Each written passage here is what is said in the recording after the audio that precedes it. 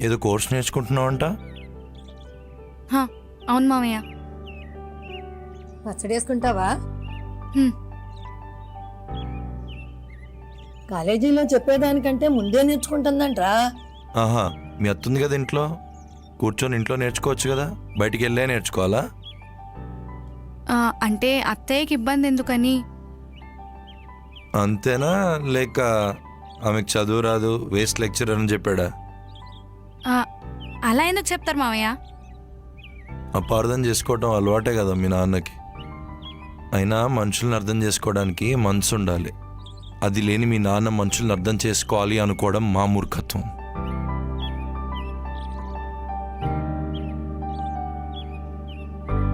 ఇవన్నీ మనసులో పెట్టుకుని చదువుకోకుండా ఉండేవు.